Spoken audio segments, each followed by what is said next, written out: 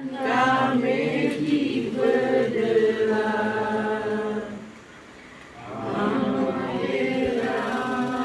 Hai buka pita,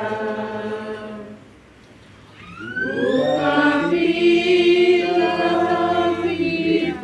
amae, oe moro, langope moen gere ode moro, lango moen gere.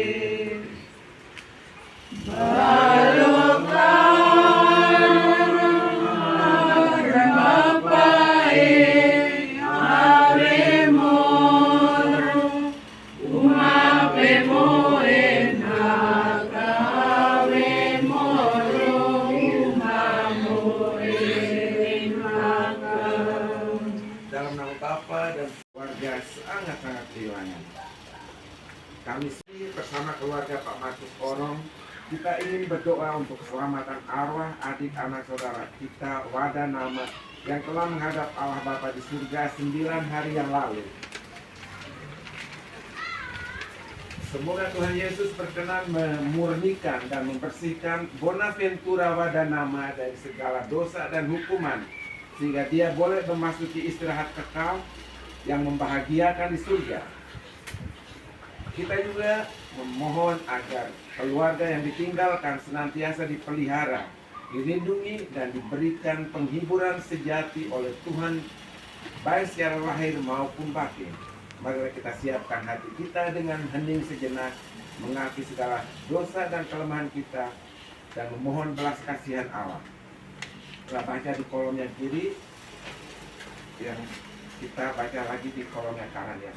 3 ayat 22 sampai 26 adalah baik menantikan pertolongan Tuhan. Saudara-saudari jangan beristirahat dan saja. Tidak bisa rahmatnya. Baik-baik sekali urusan kesetiaanmu, Tuhan adalah bagianku, kata jiwaku. Oleh sebab itu, aku berharap kepadanya. Tuhan adalah baik bagi yang berharap kepadanya, bagi jiwa yang mencari Dia. Adalah baik menantikan pertolongan dengan tenang. Demikianlah sabda. Syukur kepada Allah. Masuk tanggapan, berbahagialah orang yang menaruh kepercayaan pada Tuhan. Berbahagialah orang yang tidak berjalan menurut nasihat orang yang fasik, yang tidak berdiri di jalan orang berdosa, dan yang tidak duduk dalam kumpulan pencemooh, tetapi yang kesukaannya ialah hukum Tuhan dan siang malam merenungkannya. Berbahagialah orang yang menaruh kepercayaan pada Tuhan, sekarang dan selama-lamanya. Inilah Injil Yesus Kristus menurut Matius. Dimuliakan Tuhan. Datanglah padaku, aku akan memberikan kelegaan kepadamu. Pada suatu hari berkata Yesus, aku bersyukur padamu ya Bapa, Tuhan langit dan bumi, karena semuanya itu kau sembunyikan bagi orang bijak dan orang pandai. Tetapi engkau nyatakan kepada orang kecil. Ya Bapa, itulah yang berkenan kepadamu. Semua telah diserahkan kepadaku oleh Bapakku, dan tidak seorang pun mengenal anak selain Bapa. Dan tidak seorang pun mengenal Bapa selain anak dan orang yang padanya anak itu berkenan menyatakannya. Marilah kepadaku, semua yang letih lesu dan berberat dan berbeban berat, aku akan memberi kelegaan kepadamu. Itulah kuk yang kupasang, dan belajarlah kepadaku, karena aku lemah lembut dan rendah hati, dan kamu akan mendapat kelegaan bagi jiwamu. Sebab kuk yang kupasang itu enak, beban pun ringan. Berbahagialah orang yang mendengarkan sabda Tuhan dan tekun melaksanakannya.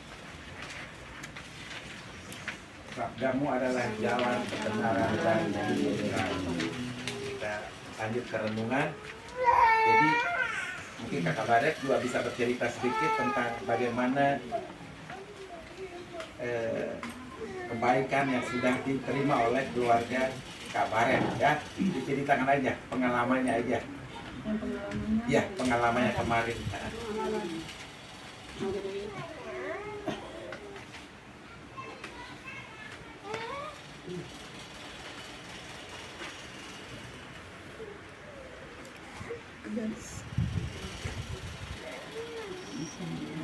Ya perginya begitu tiba-tiba, tidak kita duga. Jadi kita mengenang kebaikan-kebaikan dia terhadap kita yang kita terima seperti itu supaya mengalami langsung seperti itu.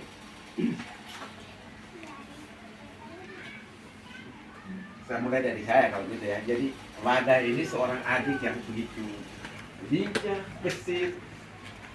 Apapun yang kita minta pasti dia penuhi seperti itu. Kurang lebihnya seperti itu. Dia pernah tinggal di Jakarta beberapa lama, pernah tinggal di rumah saya juga, ya. Jadi anak-anak saya ketika mereka masih kecil pernah pasti diantar ke sekolah karena ketika itu zamannya kita masih ya gimana ya, masih membutuhkan bantuan orang lain ya, kurang karena kita juga kerja, istri saya kerja, saya juga kerja, terus akhirnya mereka yang tinggal di rumah pasti pernah mengantar entah Ellen, entah Laura, atau mengantar Mama Laura, katakan ke stasiun atau kemana ya. Jadi itu anak dia selalu setia menolong seperti itu. Dan ketika di kampung ya, ketika ada acara apa-apa di rumah saya diingat sama Wadah ini kan orang Redondena ya, Redondena. Dan dia selalu mewakili keluarga untuk datang, mewakili Pak Bos, Pak Markus mereka. Jadi kita sudah seperti keluarga ya. Setelah Laura pergi kerja di Adonara, Laura dengan mereka itu sudah kayak kakak adik. Laura kalau ada kesulitan apa, entah kecoa di rumah ada yang mati, ada yang jalan di rumah, itu dia bisa panggil Wadah untuk datang mematikan kecoa. Seperti itu ya istilahnya. Kebaikannya si Wadah itu dia selalu siap siaga untuk dimintai tolong seperti itu. Itu yang saya rasakan. Ya. Dan mungkin Kak Bare kalau udah bisa bercerita sedikit tentang kebaikan adik kita ini, anak kita ini. Pengalaman kemarin waktu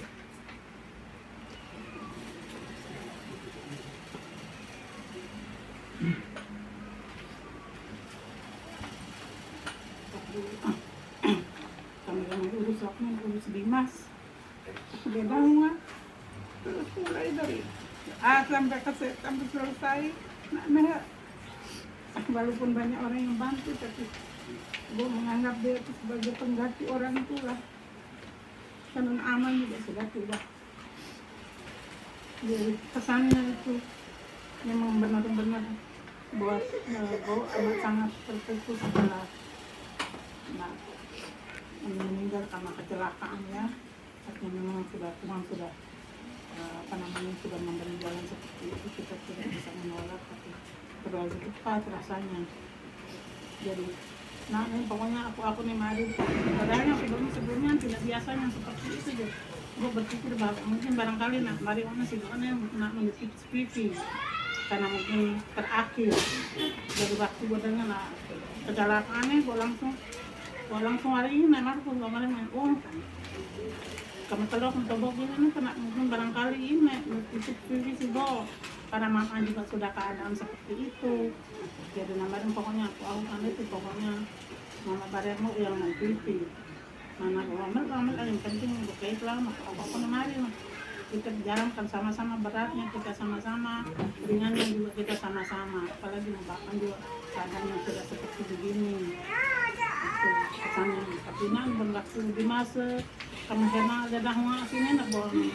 Ini nak hangka semuanya dia yang atur, dia semuanya yang mulai dari atur tenda, atur segala macam porok awan sampai segala macam itu. Nak semua yang lakukan aku nak murid-murid abang angkat, tapi nak semuanya yang itu lakukan.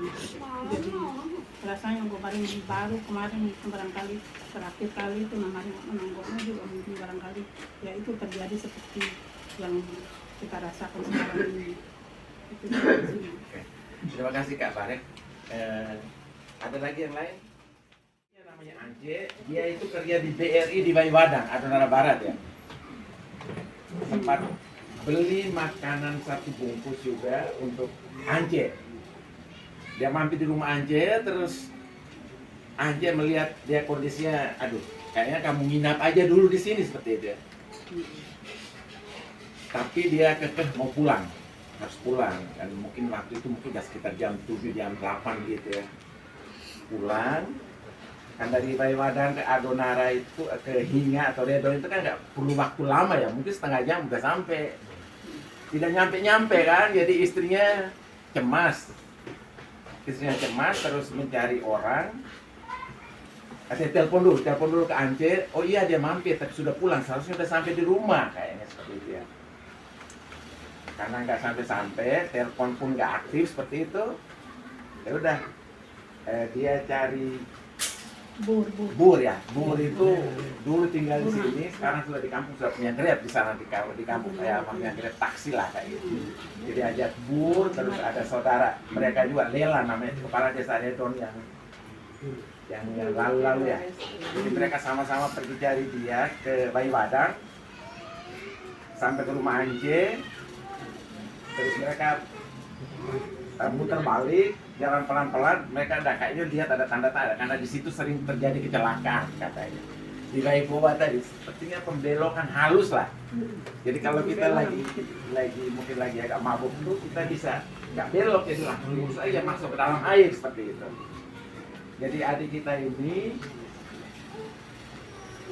masuk ke dalam air dan langsung meninggal di dalam air, mukanya juga langsung kena air, botol juga terbang kemana, itu juga seperti itu. Kemudian mereka akhirnya panggil ambulans segala macam ya untuk antarin. Nah istrinya itu belum di ini, jadi Bur sama Lela ini mereka tidak kasih tahu istrinya bahwa dia itu sudah meninggal seperti itu. Jadi dia nggak boleh keluar, kamu dalam mobil aja, gelap, jadi posisinya gelap ya, nggak ada lampu di sekitar bawah itu. Jadi kamu di dalam mobil aja, kita panggil ambulans bawa Wadah untuk langsung katakan mau ke puskes atau kemana gitu ya. Jadi bawalah pulang sampai ke Redong, istrinya juga baru tahu di situ di Redong bahwa kenapa banyak orang di rumah kita gitu. Nangis lah, jadi pingsan-pingsan seperti itu. Dan mungkin saat penguburan kita juga bisa lihat ya, seperti kayaknya nggak terima ya kalau suami pergi begitu cepat, anak-anak masih kecil-kecil. Sayang, satu itu perempuan SD kelas 1, terus yang lainnya laki masih kecil. Ya semua orang terkaget, bingung. Ya kita semua termasuk orang-orang pertama yang dengar tuh kita di Jakarta, karena sinyal waktu itu ke kampung agak jelek. Jadi si Bur, mereka tuh langsung telepon ke sini. Jadi kita Jakarta yang tahu duluan, kita telepon ke Redong, orang-orang belum tahu. Lah, kok kita belum tahu, kok kalian udah tahu? Ya memang kita ditelepon duluan, karena sinyal ke sini lebih bagus ya, seperti itu ceritanya. Jadi semua itu, aduh, gimana ya, kita kayaknya nggak mau terima, tapi ya memang semua udah diatur, takdir ya, kita nggak bisa melawan takdir kita. Itu jalannya dia, jadi kita harus menerima ya. Kita sebenarnya nggak terima, tapi semua udah diatur oleh Yang Maha Kuasa. Itu jalannya dia. Kita nggak tahu kita cara mati kita seperti apa, kita ya nggak tahu ya. Seperti itu aja.